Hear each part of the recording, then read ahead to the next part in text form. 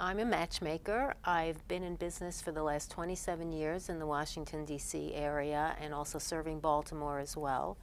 But I also conduct what I call executive searches for people who are open to long-distance situations as well.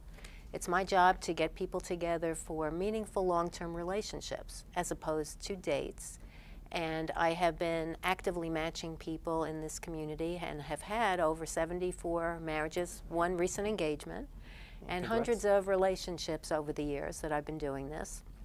I'm also a practicing attorney, and I practiced law for over 20 years in this area at a time when I was juggling both my legal career and the business. I currently focus on the business exclusively, and I specialize in baby boomers, the 50-plus demographic. I find that that's a demographic that's very open, very stable, mature, and very conscious of what works for them and what doesn't work for them. And so that's really my area of expertise. Let me say I'm not a therapist, but I am a relationship coach.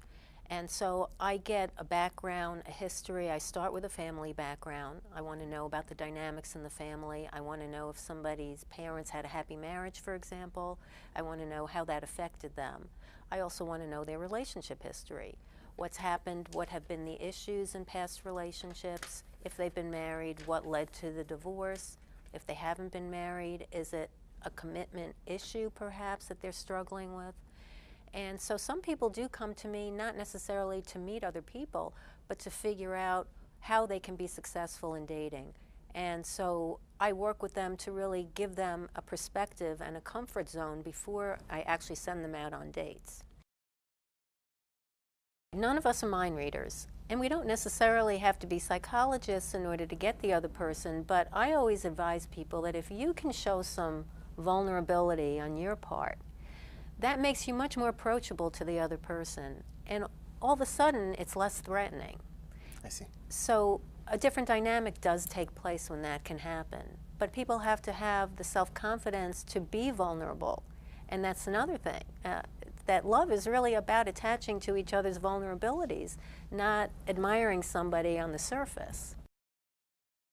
It's about communication, really effective communication, and people expressing what they need. So, for example, if there's a scenario where somebody texts, the other person really doesn't like texting, they should say, I'm really not comfortable. I would prefer talking to you on the phone. Is there a time we can talk?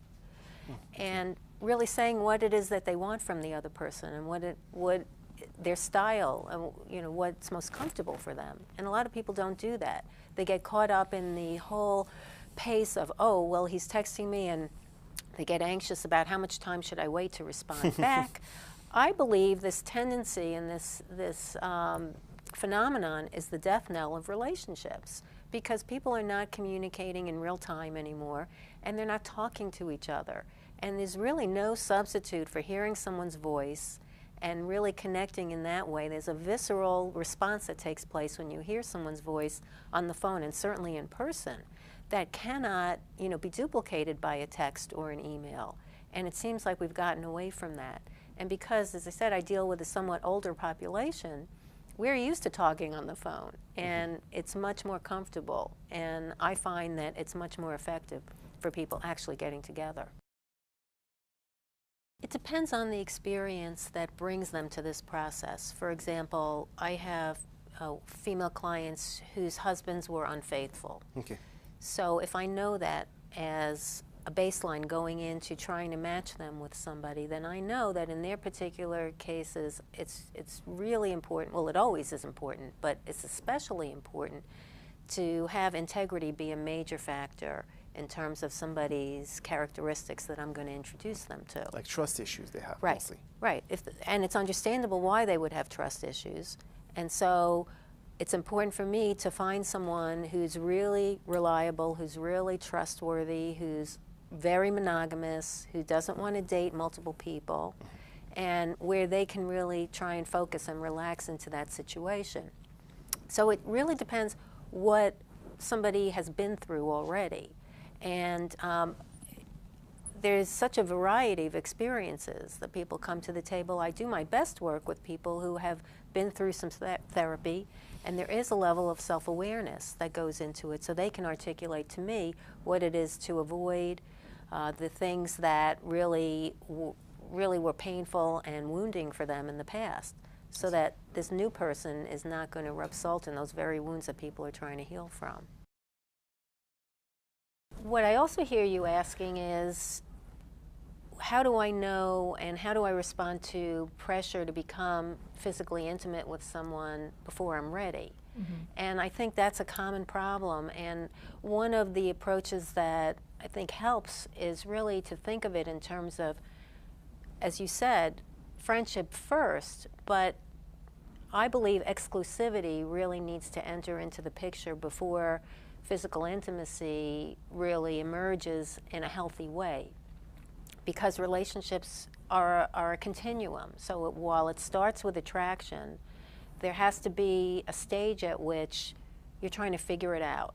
And that's the uncertainty stage. And if you pass through the uncertainty stage and you still want to be together, and there's enough there holding you together, then it can move to exclusivity. But there needs to be a foundation of time invested and enough trust to know that, yes, we're really into each other and we'd like this to go forward, but now I can feel safe that you're going to be exclusive with me if we're going to get physical. And I think that gives people the peace of mind that they don't have if they really do it too quickly, or they bypass the uncertainty stage to get physical too quickly because they don't have that foundation.